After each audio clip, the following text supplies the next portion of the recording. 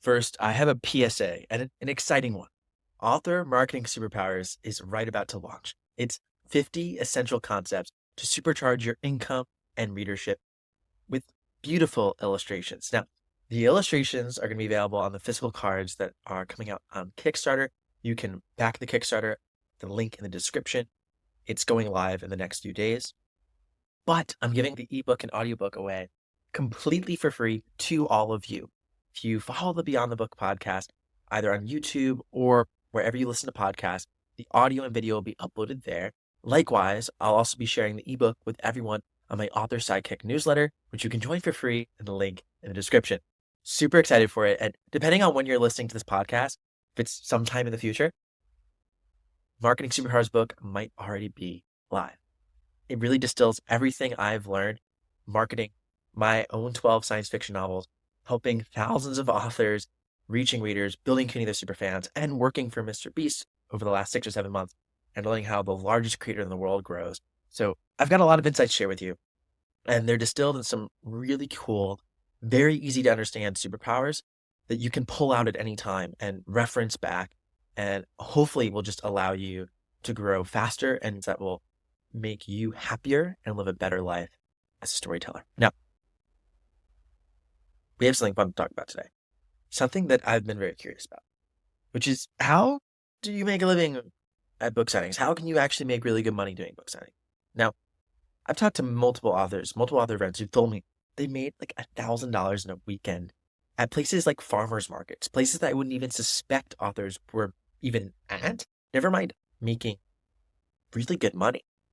And it made me think, how can I do this? I want to do this. I remember when I went to my first signing, I maybe made like $120 in my first day. I had my first book out. But then when you counted travel costs, which was like maybe $20 in gas, when I counted in like my actual book sales, printing costs of it, I maybe was left with $70, which I was happy with. Okay, that was a victorious day. But it was far cry from hundreds of dollars a day. Then I did a bigger signing, a con in Rochester, New York. I had to travel to it, and I made $480 in book sales off of one book in 2 hours. I should have brought a lot more copies of that book. I probably could have done like 1,000 plus easily in revenue. Now, I had a lot of expenses traveling there, and I ended up losing money on the whole signing. Ended up meeting a lot of great fans. It was well worth it.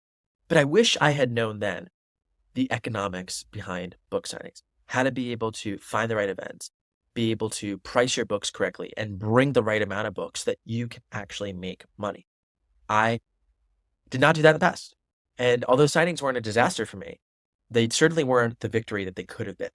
And today I'm bringing on a very special guest, Anna McCluskey, who has some incredible experience in signings. She's done signings throughout pretty much all of Pacific Northwest, and is an urban fantasy author who really, that's one of her primary ways she markets herself. Kickstarter and then events tend to be Anna's bread and butter, and really how she gets herself out there and her stories in the world. And she has so much incredible insights about how you can actually pick the right events, how you can prepare, what books you should be ordering, what you should be pricing your books at. And then once you're at the event, how you're able to actually reach as many readers as possible, make money, make a profit, and grow your fan base. It's an amazing episode, and I'm very grateful for Anna for coming on and hanging out with us. Be sure to listen to the end because it's packed with insights. And with all that said, let's get into this episode of the Beyond the Book podcast, where we always explore how to help you make money beyond selling books the normal way. We try and help you break the rules of publishing so that you can build the business of your dreams. Even if book signings aren't for you, and they certainly aren't for everyone. Some of us might not live near cities that have signings. We might not be in the specific place with our health or with our job that allows us to have the free time or flexibility to attend signings. So if you're in that boat, and trust me, I've been in that boat as well, it's okay. You're going to learn a lot from this podcast because one, you might do events in the future, and two, even if you never do events, the same principles that allow you to succeed selling at events can help you sell in other online communities, sell at online events, and just even make your book marketing, your product page, and your messaging more effective. It's going to be a lot of fun when we go beyond the book and put our readers first. a whole new world of opportunity opens up. Let's go beyond the book to some awesome events today. And it is so amazing to be here with you today. We go back a long way in this industry, and I've always loved being able to work with you and all of your insights on many things in publishing, but today with a focus on, I know, one of your particular strong suits, which is selling books at events. And before I even dive into how we can all sell books at events and what that can look like for us as authors, I'd love to hear a little bit about your author journey and specifically how you've been able to sell your books at events. Yes, urban fantasy, which is a genre that does really well at like Comic Cons and fan expos and things like that, very like nerd centric sort of things. So it just made sense to me to start with. I live in Oregon, so I'm doing like the Rose City Comic Cons was where I started. And then when I first decided to do that, I applied for the big con and then I was like, you know what? I should do some smaller stuff first. And I run a local writers group here in the Mid-Willamette Valley. And so we were meeting at this gaming coffee shop for a while, which unfortunately is no longer there. But they were doing these little craft fairs every month that were very like, again, nerd focused. And I decided I was just going to set up a table at one of those. As it turned out, that weekend was like something else was going on in the area. And so, like, it was very small. There were 4 of us set up in this craft fair. My mother-in-law bought one of my books and then one other person. But it was, in a way, it was perfect because it was just a practice run. It was in a place I felt comfortable. It was small and I'm pretty introverted. So it was nice to just not have to be on for when you're at a con. It's 3 days of 8-hour, 12-hour days of just person. And so it was cool to ease into that. And then I think a couple weeks later, I did like another market that was again a local smaller, and that one was significantly bigger than the Citadel Oasis Craft Fair, but it was still small. And at that one, I did make a profit, and that was really a great feeling. And more than that, I connected with people. You talk about we're selling our books at events, but for me, that's the gravy. It's great to sell the books and it's great to make a profit. And in fact, obviously, I'm not going to go back to an event that I haven't made a profit at. But it's more about the connection with the readers for me. And I think that's a virtuous cycle too, because the people meet the author and you're really happy to meet them and you're excited and you want to talk about what other books you've read or they've read and what kind of stuff they like and like why they decided to talk to you in particular with all these other authors around, and they connect with you, they get excited, they read your books. And so it's this virtuous cycle. And yeah, it's fun. Like when I think about that second market that I was just talking about, at the very end of the day, there was this guy walking by, and I will talk to every single person who walks by, whether they look like my target market or not. And it was the end of the day and I was tired, and this guy's walking by and he's, I don't know, probably in his late 50s, early 60s, long, greasy hair, hippie kind of guy. And I'm just like, this is not my target market, but I'm just like, hey, how do you feel about fantasy books? And he stopped and he started talking about his daughter, who his ex has been keeping her away from him, and he's really upset about it, but she loves fantasy books, and she's a teenager, and would your books be good for her? And I was like, yeah, absolutely. I have plenty of teen readers. And so he bought an entire series. And then a few months later, I was doing another event locally and I recognized him. I said, hey, how's your daughter? And he was just like blown away that I remembered. And he was like, I sent her the books. I never heard from her about them, but I'm going to buy your other series. And so he has now bought my entire catalog because I have 2 series, soon to be 3. But yeah, it's like that connection. That connection is really great. Wow. So, what a cool story to have someone gifting their books or your books. And I think that's a really interesting thing to note is like you could be seeing someone who might not quote unquote look like your type of reader, which they, first of all, might be. We Yeah. always think, oh, they don't seem like the type of person being into these books, but you never know. But then the second part is maybe they have someone in their life who would be. That is so interesting. Now, I want to go to the one key thing you mentioned, which is that you are an introvert, which I think most writers share in. But with that, what a scary thing to do to then get up in front of people at a signing and sell in person to people, talk about your stories in person. How do you make these sorts of cons work as an introvert, especially when like you reference some 8 and 12-hour days? That feels like it could be really draining. Yeah. So I have a couple of advantages in that area, I must confess. So for one thing, I spent a good 20 years working in the food service industry. And even before I did author events, I did events as a food vendor on behalf of cafes that I worked at. I catered events. I was a bartender. I was a barista. I tried to be a server for a while, but I'm not good at approaching people. For me, this works well because it's the same as bartending or baristing. There's a table in between me and the people, and they're approaching me. But yes, so I have that background of putting on this character of this is my public face. And when I say it's a character, I'm still being myself, but I'm being this version of myself that is focused on being of service to people, I guess, and if that makes sense. And then the other advantage I do have is a background in theater as well. So that kind of also reinforces that idea of a character. But I would encourage, authors who don't have those advantages to think about it in those terms. You could always take an acting class, for example, online. Like that would be super easy, or do an improv course at like your local community center or something.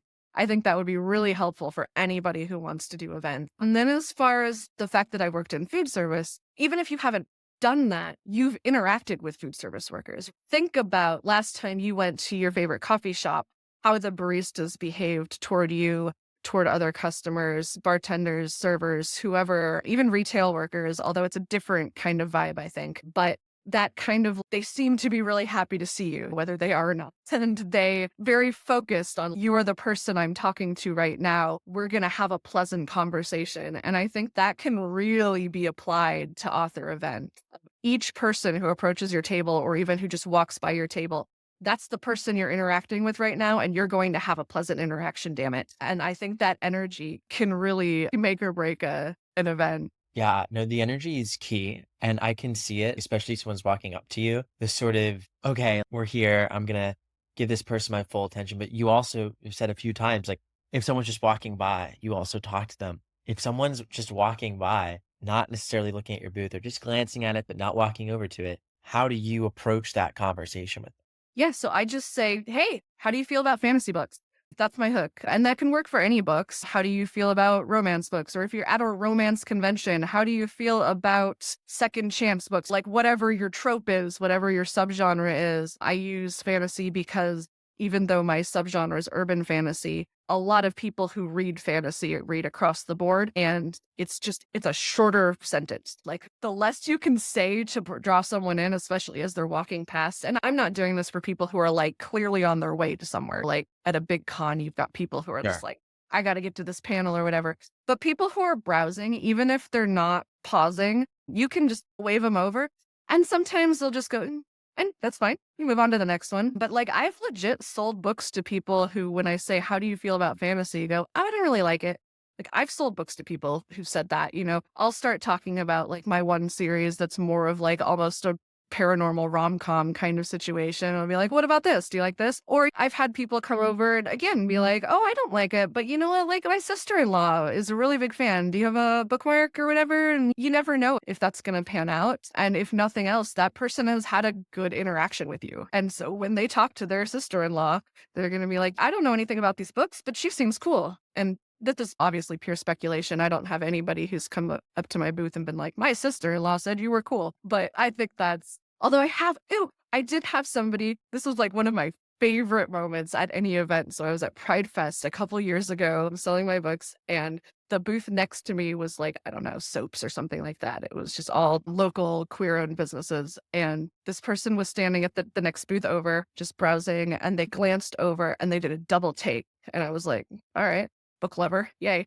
And so they come over and I got my little spiel ready and I was like, hi, how's it going? How do you feel about fantasy books? And they lean in and they go, did you write these? I was like, yeah. And people are often astonished that you've written books. So I didn't really think anything of it, but I was like, yeah, I'm Anna. These are my books.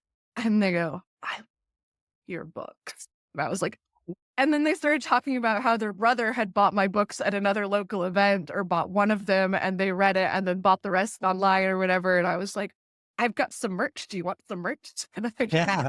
I just stuffed a bunch of stuff with them. I was so excited. I was like, here's a pin and here's a little lens cleaner. You can pretend it's for your sword. And some stuff, That's the best. Getting to now you've now turned that person who already loved your stories into someone who's just they'll always remember that moment that they're like, wait. That's actually the author. That's Anna. Whoa. I guess that's another funny thing too. Like readers don't always know what you look like if they haven't seen you before. So it Right. is a surprise. That's really cool. Now, going to one of the first things you said, you mentioned you go to nerdy events or obviously places where you could find fantasy readers, urban fantasy readers, comic cons, etc. Right? I can see those events being great for you. I might see those events being less great for a thriller author, for maybe someone writing nonfiction. So, out of curiosity, do you think there's certain genres that do better at event selling because there's more events and more signings geared towards them? Or have you seen events for almost every genre out there? Yeah, I have definitely seen events for every genre out there. First off, there are events that aren't even book events that you can go to. I do a lot of like craft fairs, makers market. I've seen authors at farmers markets. I've never personally done one, but I feel like that would be really good for a small town romance author or something that appeals to a wider audience, something that is potentially think about where your readers are. If you look at your target market and go, you know what, these people are probably shopping at farmers markets, go to a farmers market. Christmas markets are really great for books. I've done a fair amount of Christmas markets. Obviously, those are only happening November, early December. But if you can get into a couple there, there's art festivals in the summertime. A lot of small towns will do these big art festivals that draw in people from all over the surrounding areas. Sometimes towns will do them every week. Sometimes towns will do them once a year, things like that. And you're probably going to be the only author there or one of two or three, depending on how large the event is. And sometimes that can be an advantage too, because anybody who likes to read is going to come to your booth. And then there's other festivals too. There's really niche ones like you've got like strawberry festivals. Maybe you have a character who is a strawberry farmer. That's very specific, but thinking outside the box that way can be really beneficial. There's UFO festivals. If you write space opera or First Contact or something like that, those would be fantastic. Ren fairs are really good for epic fantasy writers. I haven't done a Ren fair. I've heard of other urban fantasy authors doing Ren fairs because, again, it's just nerdy. But I think for an epic fantasy author, that would be phenomenal. I've seen steampunk festivals. There's Facebook groups out there that are like, I'm a member of two Willamette Valley based Facebook groups that are just connecting vendors and event organizers. So people will post, I'm having this event, such and such a date at such and such a place.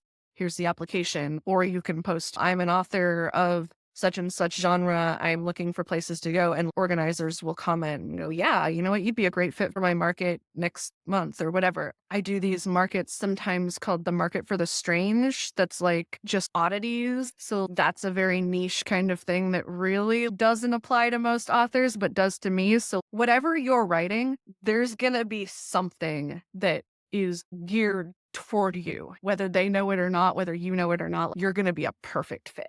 And then again, there's those general kinds of makers markets, Christmas markets, etc. Also, bookstores will have, sometimes they'll want just one author to come as a signing. A lot of bookstores will have little book fair kind of things too every once in a while that have 5 or 6 authors. Usually they're not huge, but that's again an advantage because there's not as much competition. Not that you're in competition with your fellow authors, but so No, yeah, that's if you're not writing Comic-Con style books, you can still sell at events. Absolutely, 100%. That's so cool to hear. And I also know a few authors who they end up becoming friends, but they'll contact a local restaurant and end up getting in touch with the manager. And the rest of the local restaurant might say, hey, yeah, on Fridays we'll have the live music at 7. You can sign from 6 to 7. And as all this foot traffic's coming in there, they're just, hey, there's an author here. Why not show up? And they can then advertise that to get people to come in. So thinking outside the box is exactly right. And you gave me so many like wild thinking of all the different categories, how would you recommend someone like actually go out and find these events? Like just Google blank maker fairs in X state or X city? Yeah. So think about what kind of radius you want. Are you willing to travel 50 miles? Are you willing to travel longer distances? Are you just looking for something in your particular area? And then Google that area, whether it's the city you live in, whether it's the region, the state, however long you are willing to travel. And then Google, you could try craft fairs. You can try Makers Market is another big one. Artisan fairs, art fairs, craft fair. You can also say book fairs, author event, bookstores. You could call bookstores too and say they're probably aware of what kind of authorly sort of events are going on. If that's specifically what you're looking for, you can call local bookstores. Say, I'm a local author. I'm looking for events. Do you know of anything? And also, do you want me to come and do a signing? Kill two birds with one stone. You can also look on the websites of event venues. A lot of times they will have upcoming events. Some of them will be events that are already full and you can't apply for them, but those are often recurring events as well. And you can look at this and go, okay, this market happens every 3 months. I'm going to apply for the next one. And a lot of times they'll have a link on there for the event website that will give you where you can go to apply. There's also like local groups. You've got community boards at coffee shops. You've got Facebook groups. You've got Nextdoor, Meetup, all kinds of groups like that that can be focused on just what's happening in your area. And that can be really helpful as well. Incredible. Yeah, that's so great. So many different places to start there. And now I'm thinking to myself, as I'm building out this list of potential events, maybe now looking to go apply to some places, or some places obviously have different booth fees, which we can talk a little bit more about, like the economics of this in a second. But what I'm really curious about is there's that friction of going to your first event. Like you're at this point where I know you've at least got some signage, you've got some merchant swag, you've got some books on hand, or you could order some more books on hand. You have your own process for this is how an Anna McCluskey signing works. Wherever I do that signing, maybe you adjust it. But for an author who's like just getting started with events, they probably don't have any. So what would be your advice to someone who's, okay, I want to dip my toes into signing, but I don't necessarily want to go out of pocket and spend hundreds and hundreds of dollars on all the signage and all the bells and whistles. If I could eventually do that, if I decide I like it, but for that first signing, how do you recommend getting started? What do I need to bring as an author to my first signing? Yeah, that's a really good question. And it drives me crazy when people try and act like you need all of this stuff for an event. And like it is, like you say, it's nice to have that stuff. And eventually you do want to have that stuff. But I have been to plenty of events where I've seen people around me selling, books or anything else. And they literally have a table with a cloth on it and their stuff like that they're selling. That's it. Awesome. And they're selling things. Like that's fine. You can totally do that. My first event, I got a banner, like one of those stand-up banners, which are not very expensive, by the way. You can get them from Vistaprint. They're not great quality, but it's, I think, $200 for the banner, which can be prohibitive. And so if you don't have $200 to spare, then don't fucking worry about it. Just go. You can get a tablecloth, the tablecloth that I use for my things. And people are always like, oh, you should have a custom tablecloth that has your branding and everything. I got this tablecloth from Big Lots for $3 and I'm still using it. It's gray and white, so it stands out against everybody else who has black. And those aren't necessarily my branding colors. I use a lot of purple in my branding, but who cares? Nobody who is coming to these events is her tablecloth is gray. No. Like they're not going to not come up to your table. You know what I mean? And if anything, like I say, you can stand out because a lot of people at these booths have so much stuff going on. And so it's like if you're a little bit simpler, you can stand out a little bit. So the setup that I use now is I have this gray tablecloth. I have this little like wooden crate thing that I picked up at a thrift store for I think $5 that I put like some books in. So it's like a little display thing. And then like on top of it, I put my bundles. So I have like my 2 series and I'll tie each series together with a ribbon to show like these are complete series and also indicate that like you can buy them as a bundle. And then I have each of my series laid out at the front of the table as well so people can pick them up easily and look at them. And I have a sign that has a QR code for my reader magnet and then to follow me on Facebook, Instagram, and Kickstarter. And I think that's it. That's all I really put on my table. And it can vary from place to place. Some events are more merch friendly, and so I will put out some enamel pins and things like that.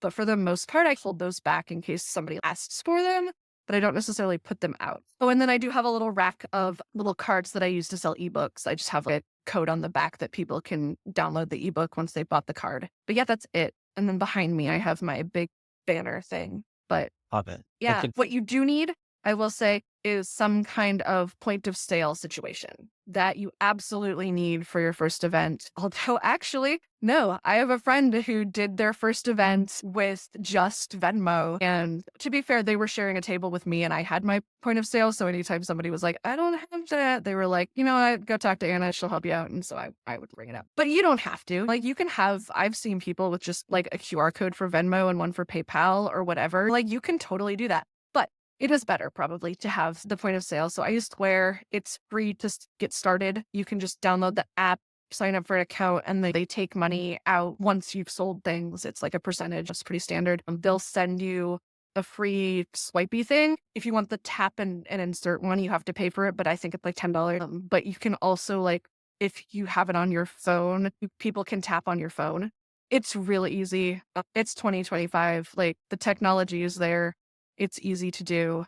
You can take credit cards, you can take cash, you can I always tell people whenever they come up and go, "Do you take such and such? Any way you want to give me your money, I'll take it." So yeah, just have a variety of ways for people to pay, and that's really it. And books. You need books. Yeah, the books is huge. And that advice around like giving people permission to like, hey, you don't need to get all decked out and fancy. You just need to spend $3 on or some around $3 on a tablecloth. And then obviously, and we'll talk about ordering inventory because that's important. Whatever product you're going to sell, you need to have there, which of course makes sense. But that's it. This isn't a massive investment out of pocket. It's your time, it's your energy, and that's big. But you don't need to spend all that money. And I love that you bring up Square and like point of sale. That's, I think, really important. But similar to the authors that you've noted doing PayPal and Venmo, at my first signing back in 2018, it was at a teen book festival in Rochester, New York. And I literally, yeah, I think it was just Venmo and cash. I had nothing set up like that. And I'd say that like what sold the books, the signing, was my energy and was people's interest in talking to me because I was talking to people. It was not you don't have like X way to pay. Yes, you should go set something up like Square because it's easy and simple. I wish I knew about it back then because it was around back then. I found out about it soon after, but you can easily go and do these things yourself. It's almost so easy to get started that if it's interesting to you, it can be a really cool thing. But then there is the question of how do we make our money back in these events? I love your kind of framing of it. Like you view it like marketing. The goal isn't necessarily to make money, but the goal certainly isn't to lose money. But obviously, if you can make money, that's a great thing. So I'm with you on that. But then thinking about that, what have been some of your best events in the past? And what have been some of your worst events? Because I think the first thing before we even think about how much books to order and all of that is like, what even looks like a profitable event? Yeah. So to me, and this is obviously going to vary for everybody, but to me, a profitable event is if I make back booth fee plus $200. And that's a very baseline thing. It is rare that I do that badly, that I only make back booth fee plus $200. I, And that's on book sales. Let's yeah, say you sell it for that's, 15, the printing cost was 5. That's yep. yeah, that's net sales, Nice. not gross. Perfect. But yeah, the thing is, like, these event planners generally know how to set their booth fee. Like, they know you can look at the booth fee and gauge how large of an event it is going to be, if that makes sense. And there are exceptions to that. I've definitely seen events where I'm like, there's no way in hell I'm going to make back that 150 plus $200. No, come on. But a small event should be $75 tops. And then, of course, you have cons, which can run in like the 300 to 600 range, depending on what the event is, what kind of table you're getting, because you can get the regular tables, you can get the corner tables, which I don't recommend, although I did accidentally. They put me on a corner table for a con, and that was pretty sweet, but I wouldn't pay for it. And another thing you can do too with those big cons that have the higher threshold of booth fee is you can share a table, which I usually do. I have an author friend who lives in Portland who I share a table with at the large cons. I pay the booth fee. She doesn't contribute to it, but you can definitely have somebody split it. And then her contribution as far as my booth goes is that she helps with the sales and she's not like a serious author. She just has a hobby kind of situation. But it's really easy to split those fees, and that's generally encouraged by the event. The splitting fees,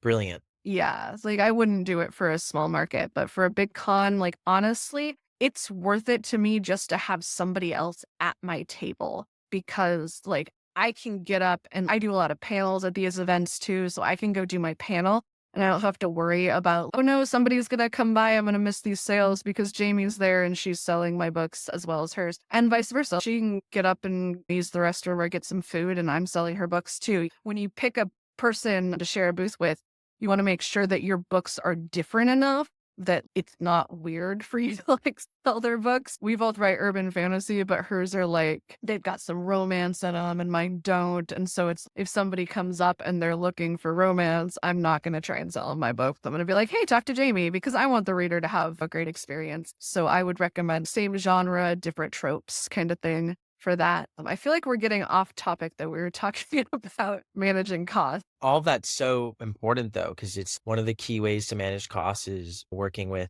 another author. And I think you shared some awesome advice on working with authors. And I'm really with you on the event fees too. It's a lot about gauging. Like a higher fee doesn't necessarily mean you're not going to make your money back. It's more so about looking at past traffic. If you can talk to vendors who've been there before, if you're able to see past vendors. But That then I reminds me, actually, another really great way to find more events is to talk to people at the events you're already doing. Mm. Because chances are, if they're at one event with you, they're in the same niche as you, but even if they're not selling book. I've definitely found some really great events just by talking to my neighbors. And I do this other market every couple months. You'll do really well there. And then I pass along that same advice to other people if I see somebody who I think will do great in an event. And especially if they're just starting out, I love, hey, you're going to do great. Let's talk about do. I love that's such great advice. Like lean on the people around you, lean on your creative friends. They don't have to be writing books, but whenever they are creating and selling at these places is a good spot. Now, inventory is the next question because I think that's for me, it's been challenging for me to gauge in the past. I certainly have ordered too few books for an event. I've ordered too much, which too much is weird because as long as you can afford the too much, you can always sell too much at a later event. But I have ordered too little, which was disappointing because it felt like money on the table. So how do you gauge inventory? And I know you have multiple series, so you got to think about book 1, 2, and 3. You've got bundles going on. Yeah, walk me through how you think about ordering books and inventory ahead of an event. Yeah. My goal with inventory is always to almost sell out. Not quite sell out, but almost sell out. I do bring along cards with QR codes to a Google form if somebody wants to order a book that I don't have on me. If I sell out of say, the rest of a series and they can only buy book 1, I will have them scan it if they want to fill out the form, and then I will order those books for them. They'll pay for them there, then and there, and then I'll send them to them. I've only had a couple of people take me up on that, but that's a couple of sales I wouldn't have made. I used to try to switch it up for different events of, okay, this is a smaller event. I'm going to order a smaller amount. Now I just have the same amount on hand at all times and I just bring everything to an event because you never know. The first time I did a Pride Fest, I didn't think I was going to sell very much because I was like, nobody's going to Pride to buy books. I'm just going to meet some cool people and it'll be great. And I sold out. Yeah, I do well. So ever since then, I'm like, I'm not going to try to guess. I'm just going to bring the same amount. And that doesn't apply to large cons. I do bring about twice as many books to a large con, like a 3-day event. But like for a market, I bring 15 of each of my first in series. So I have 2 series. So that's 30 total of the first in series. And then 10 each of book 2, because you have a lot of people who will come up and say, I bought book 1 at this last event and they want to buy book 2. I haven't found as many people coming up and saying, I bought books 1 and 2. I want book 3. I think once people get to book 3, they'll order it online or whatever because they're invested at that point. But I do sell a fair amount at this point of book 2. I didn't at first, obviously, because people hadn't bought book 1 yet. But so now I do 10 each of the book 2 and then 5 each of the rest of the book. Books 3, 4, 5, or just 3 in the trilogy. Yeah. And then I have little cards for ebooks. I sell maybe 2 or 3 ebooks per event, but it doesn't take very much to just bring the cards. So I still do it. Yeah. So that's my inventory for a small event. Like I said, con, I'll bring about twice. And then I also will put little cards in the back of each of the book 1 so that if somebody buys it, it takes them to like it's got a QR code. It takes them to like a secret page on my PayHip account that is a discount on the rest of the series. And then I put a link on that page too, in case they decide, you know what, I just want to buy book two. That'll take them to another secret page that is just, it only goes from that page to just book two, again with a discount. And that is really great for A, selling more books, and B, tracking read through, because the only way somebody can get to that page is by the card that came in book one from an event. Brilliant. The card is so awesome. Yeah, you're basically able to say, "Oh, okay, I know I sold 50 in book one at various events." At the minimum, what your read through is, because of course you could have people not using a QR code to still buy it, but at least you have a minimum, which is really cool. Now, my last question really is, okay, so I now know what kind of books to order, or at least the amount of my book to order. Would you say you need to have 3 books out to go to signing? If you have just a book one, you'll be fine. Yeah, no, you can have a book one. Yeah, I have I know plenty of people who have gone to their first event with just one book and killed it. And I think part of that too is that you're a new author. Nobody's seen you before. Like, that's intriguing. So yeah, I think you can have one book. I would probably not count on making a profit at that event if you only have one book, if that makes sense, because you're not going to get anybody buying bundles. But it I would certainly hope to break even, but I might not count on making that like extra $200, if that makes sense. Because Yeah. I do sell a fair number of like full series and full set at events, and that makes a big difference. Selling one book to one person as opposed to 8 books to one person. Yeah. Yeah. When it brings your average order value up, so you're able to have less readers come in, but make the same amount or more money. So that's Mhm. a huge difference. But great to hear that you can still get started building the reader base ultimately, because it sounds like your events build each other. If you go to the same event a couple times in a row, you actually get to continue doing better because more people see you. They'll buy future books from you. I love it. So then the last thing really is just the pricing. What do you price your books at? What do you see other authors price their books at? What would be your recommendations for pricing? Obviously, because primarily this is all print, mostly paperbacks, although I guess authors are also they could be selling hardbacks too. So that actually is interesting because I have found, so at the last event I did, the last large event I did, I should say, I had a few copies of my upcoming book. And when I told people this is the only place you can get it, this isn't out yet, it's sold. And so Cool. I'm planning to start doing special editions of my book, like hardcovers, and so I get most of my books printed through Ingram Spark. And if you do one page of color at Ingram Spark, they charge you color for the whole book. But I found out that Book Vault doesn't do that. And so I had a special edition printed just to see what it would look like from Book Vault, and I didn't do any of their bespoke stuff. I put a color map in the beginning that I had left over from a Kickstarter campaign. I did colored pages at the beginning of each chapter with mystical smoke happening. And then I did in scene breaks, instead of just 3 asterisks, I have these symbols of the mage system in my books, the 3 different kinds of mages. And so I did those 3 symbols, and it turned out really great. And this is costing me $1 more than printing them through Ingram Spark. And they're special. They look fantastic.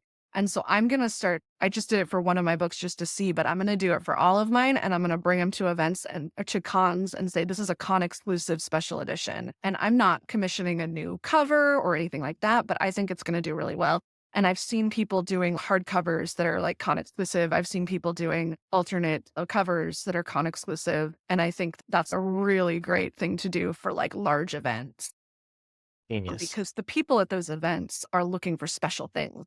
That's why they're there. They can buy your books online. They don't need to go to a con. They're looking for an experience. Oh my God. I love that so much.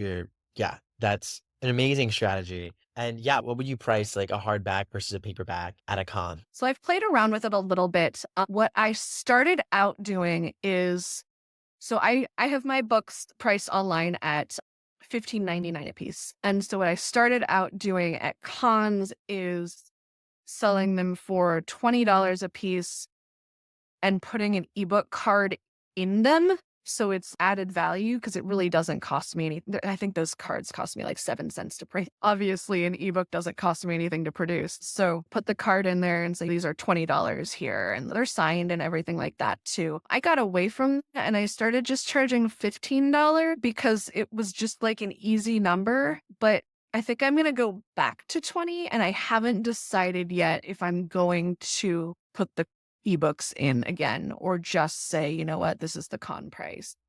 But for the special editions, I'm definitely going to charge a little bit more, possibly $25. And then for a hardcover, it depends on your printing prices. I don't have any hardcovers, so I haven't costed it out, but like however you price your print book regularly, I would just, you want it to be an even number. So it's different from online. Obviously, you want it to end in 99.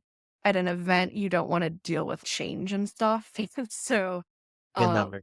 yeah, Yeah. even numbers are good. I would probably, and I should be doing this, I should be pricing them higher than my regular price, 99 cents less. But it was just, it's easy and so that's what I've been doing. So now I'm like, I'm rethinking. So you should ask somebody else what they do because I'm really not good at this. I'm good No, at everything else.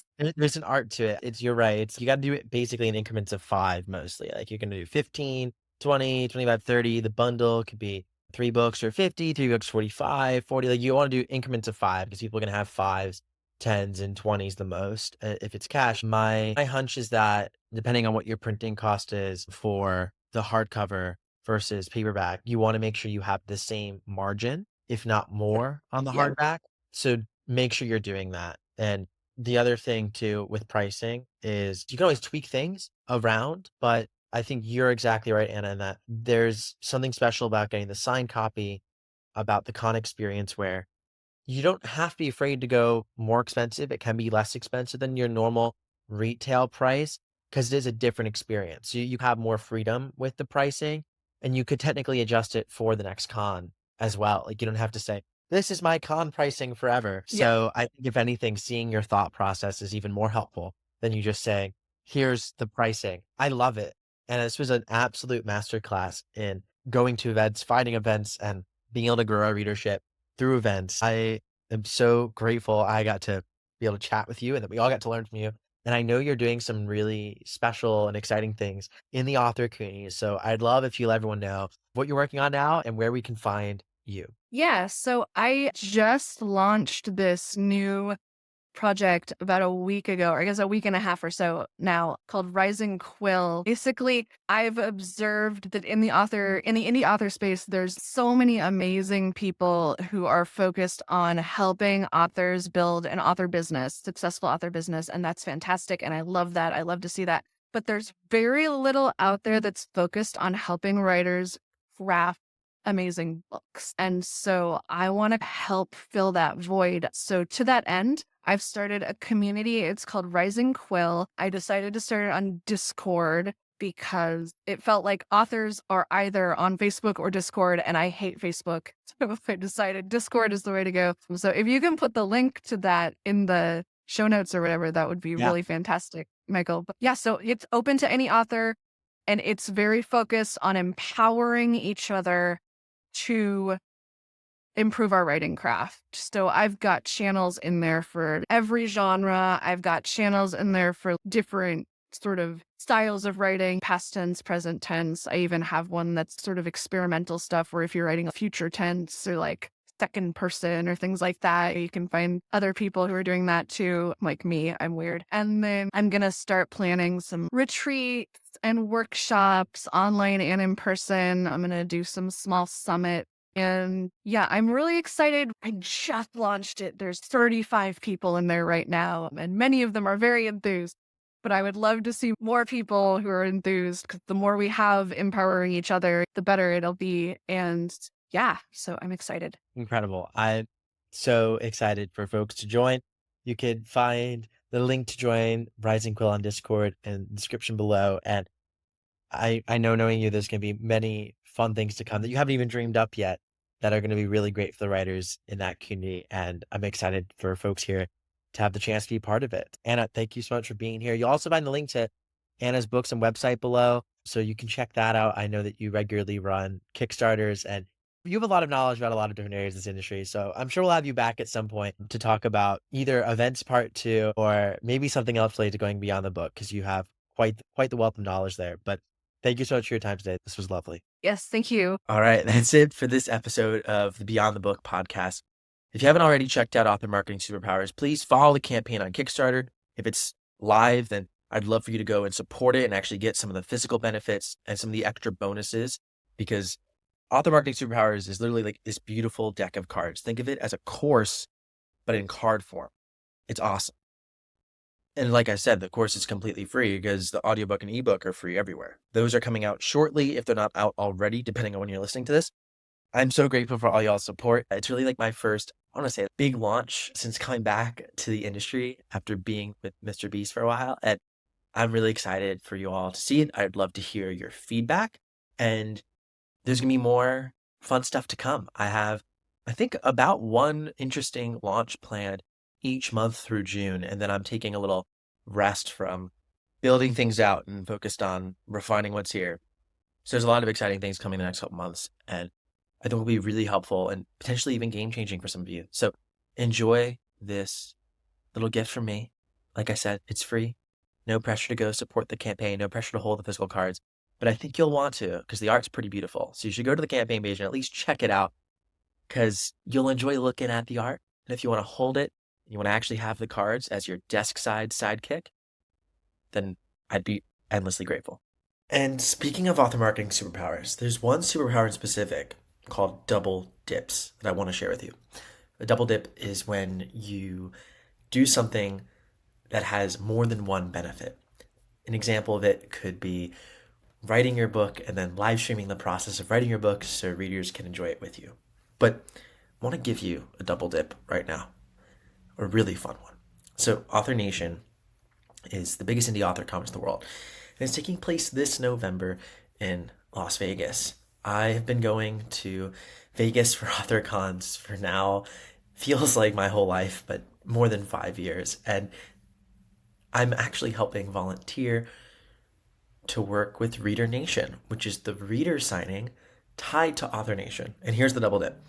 If you come to Vegas the first week of November, you not only get to go to an amazing author conference, but you also can sign at Reader Nation and be able to maybe experience your first signing, or if it's not your first signing, be able to level up your signing game with us. So the link to Reader Nation and Author Nation is in the description below. You can apply for Reader Nation, and you also can come join us at Author Nation. And if you have any questions, let me know. I'd love to hear what y'all are planning to do, especially if you're coming to Reader Nation, because I'd love to help you brainstorm. So please feel free to reach out to me. I'm very happy to hop on calls and try and help y'all think through how you're approaching Reader Nation and how you can reach more readers and make it a great experience. I've volunteered at various writing conferences now for 5 years, so it feels really cool to be part of this conference and this CUNY and help out in the ways I can. So yeah, I'm really excited for this event and really excited to maybe potentially have you a part of it. With that said, have an amazing rest of your day. And as always, don't forget, together, we are boundless.